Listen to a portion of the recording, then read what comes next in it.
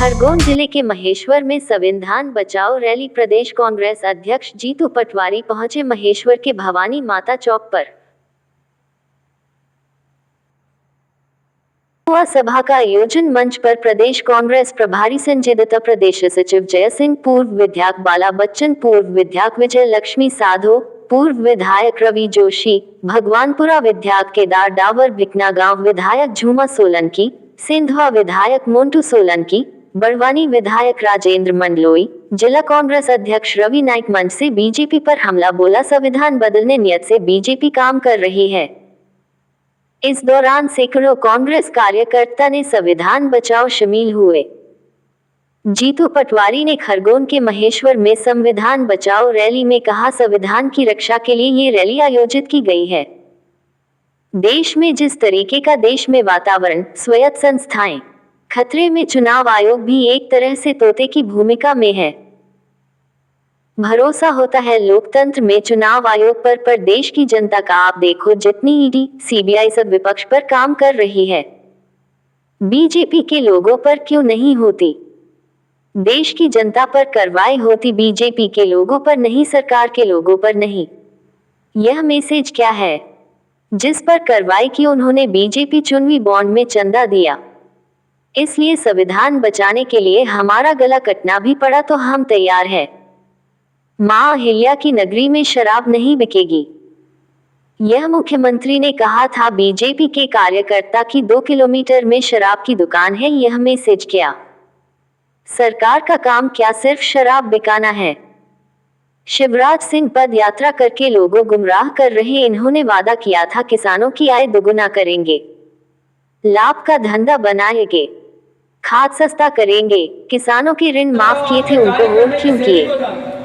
महेश्वर की जनता, कार्यकर्ता तो सब लगे थे, पर दीदी ये जनता जब आपको जिताती है जब आपको मंत्री बनाना होता, नहीं तो रोक देती है। सही है कि गलत? महेश्वर की जनता को पता चल गया कि इस बार भेजेंगे तो हमारी दीदी मंत्री नहीं बनेगी, अगली बार फिर भेजेंगे सरकार बनेगी और फिर आप मंत्री बनोगे। याद रखो इस बात को। सही है कि गलत? ये महेश्वर की जनता का टेस्ट है, मां अहिल्या की नगरी है।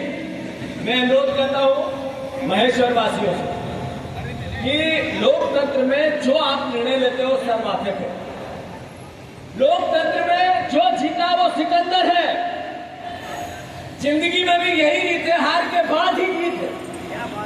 पर जैसा संजय दत्त जी ने कहा कि जब पेड़ टूटा एक मेरी बहन का, जब लोग उनके हालचाल पूछने जा रहे थे, तब भी वो महेश्वर की फिक्र कर रही थी, आपकी फिक्र कर रही थी, आपके लिए क्या करूं मैं इस पीड़ा को भोग रही। मैं जानता हूं कि एक व्यक्ति एक चुनाव लड़ता है, दूसरा व्यक्ति 2 चुनाव भी लड़ सकता है, कोई 4 भी लड़ सकते हैं।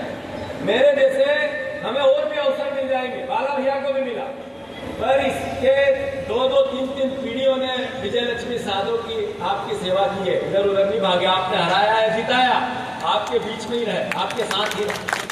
तो मैं मानता हूँ ऐसी हमारी बड़ी बहन जो ऐसी सेवा करती है उसके लिए हमें फक्र है, हम सब इसके लिए गौरवान्वित हैं।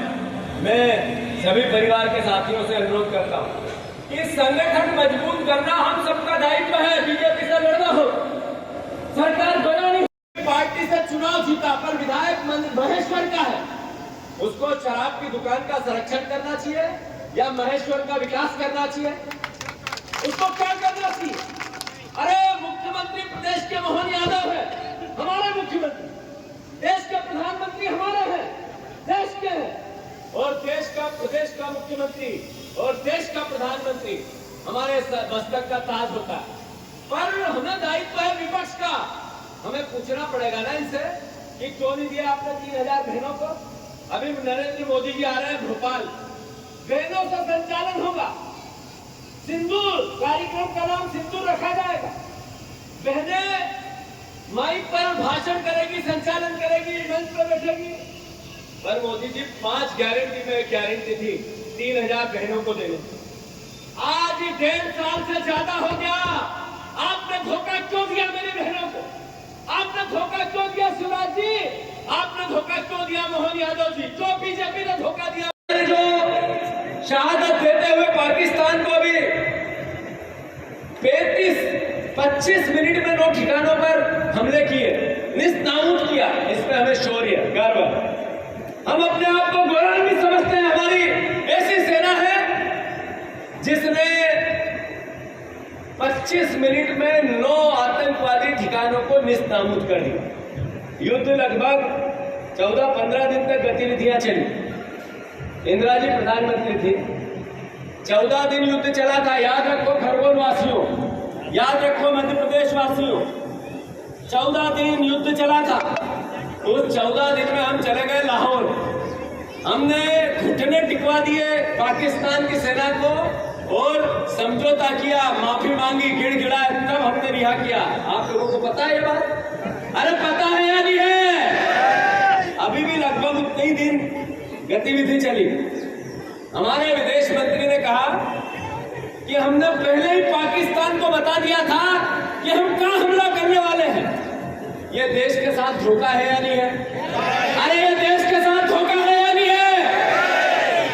प्रधानमंत्री ने तो कहा था बिहार में उससे पहले कि हम ऐसी सजा देंगे, ऐसी सजा देंगे, ऐसी सजा देंगे कि कल्पना भी नहीं होगी कि कैसी सजा दी, रूह कांप जाएगी। आपने ऐसी सजा दी कि उसको पहले ही बता दिया कि हम हमला कैसे करेंगे।